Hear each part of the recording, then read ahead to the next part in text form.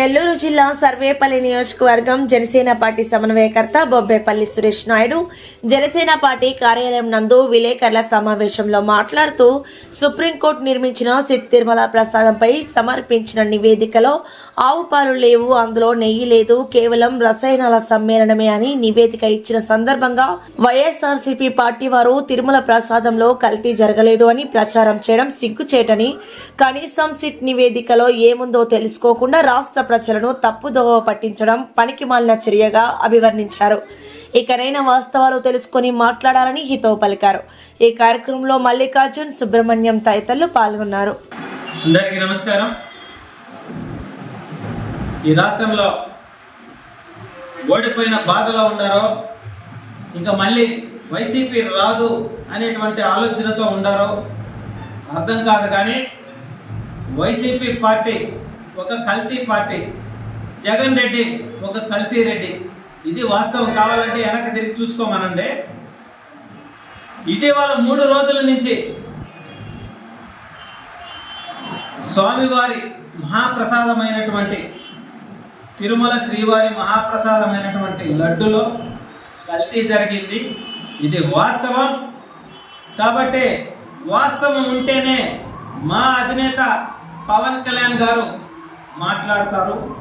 దానిపైన దేనికైనా సిద్ధంగా ఉంటాడు. ఇది వాస్తవం. అయితే ఇటీవల సిట్ నుంచి వచ్చినటువంటి వివరణలో ఆ వివరణను పూర్తిగా చదవకుండానే చదువుకున్నామని చెప్పుకుంటున్నటువంటి వైసీపీ అజ్ఞానులారు వాళ్ళందరూ కూడా ఆ అజ్ఞానులు, వాళ్ళకి చదవచ్చో లేదో తెలీదు. జగన్ రెడ్డికి చూసి చదివేది వచ్చో లేదో మాకైతే తెలీదు. మనం ఎన్నో సందర్భాల్లో చూసాం. ఆయన పేపర్ పట్టుకొని కూడా దుగ్ అంటుంటాడు. అయితే వైసీపీ పార్టీ నాయకులందరూ కూడా లడ్డులో కల్తీ లేదు, లడ్డులో కల్తీ లేదు, లడ్డులో కల్తీ జరగలేదు అని చెప్పి భుజాలు గుద్దుకుంటా ఉన్నారు. జంతువుల కొవ్వు లేదు అని, ఆ కొవ్వంతా మీ ఒంట్లోనే చేరుందనేటువంటి విషయం రాష్ట్ర ప్రజలందరికీ కూడా అర్థమైంది. మేము ఒక్కటే తెలియజేస్తా ఉన్నాం. సిట్లో వివరణ ఇచ్చారు.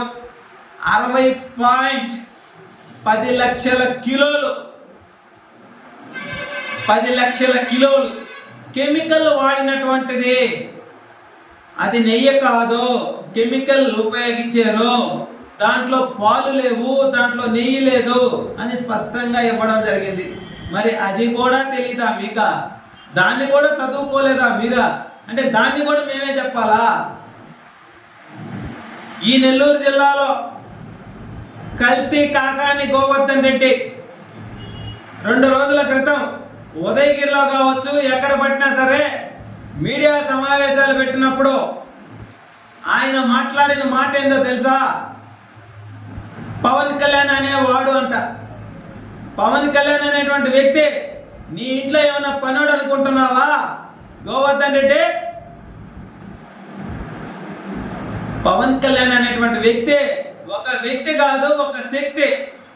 ఏ రాష్ట్రానికి పోయినా ఈరోజు హారతలు బట్టి ఆ రాష్ట్రానికి ఇన్వైట్ చేసుకుంటా, ఆయన ఇచ్చేటువంటి ఉపన్యాసాలను వింటా ఆ రాష్ట్రాలు ఒక అడుగు ముందుకు వేస్తున్నారు. పవన్ కళ్యాణ్ గారిని ఎంతో అద్భుతంగా చూస్తున్నారు.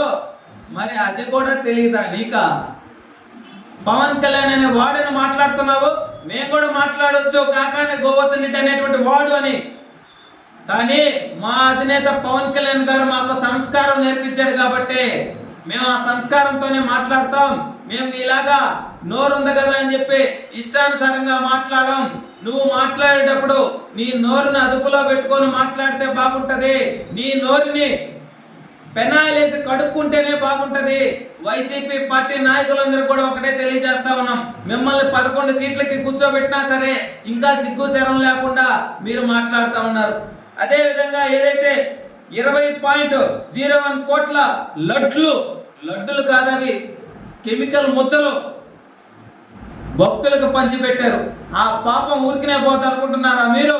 మీరు పెట్టుకుంది కలియుగ దైవం ఆ వెంకన్నతో పెట్టుకున్నారు.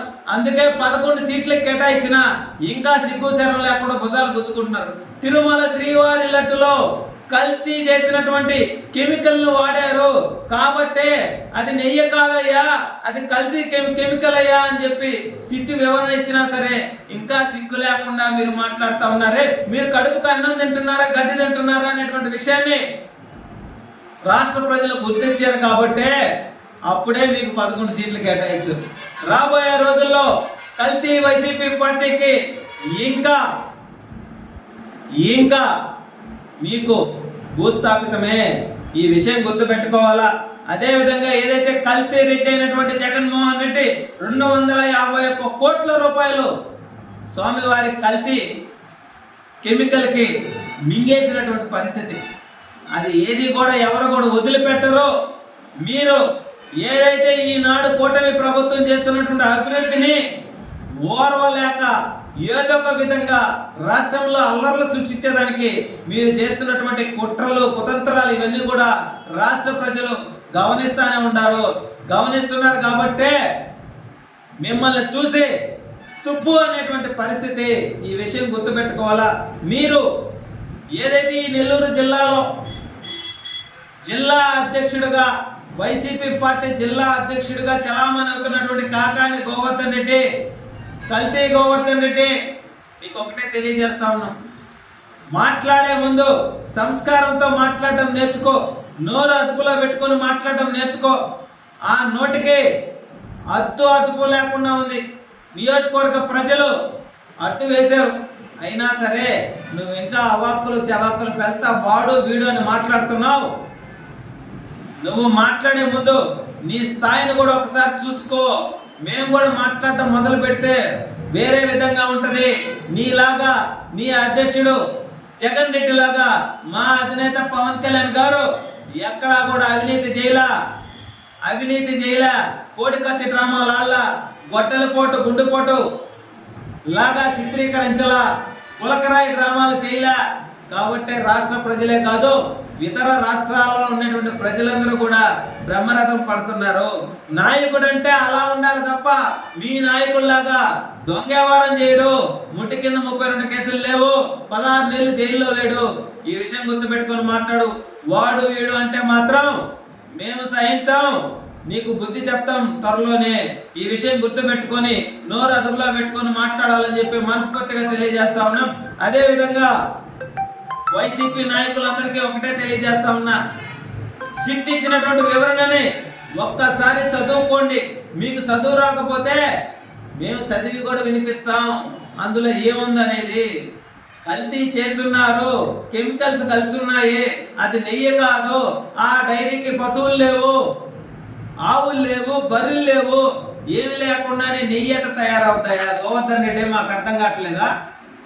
మీ జగన్ రెడ్డికి నీకు ఏమి తెలుసో ఏమి తెలీదో మాకైతే తెలియటం. మీకు అందులోనే పీజీ డాక్టరేట్లు ఇచ్చినట్టున్నారు.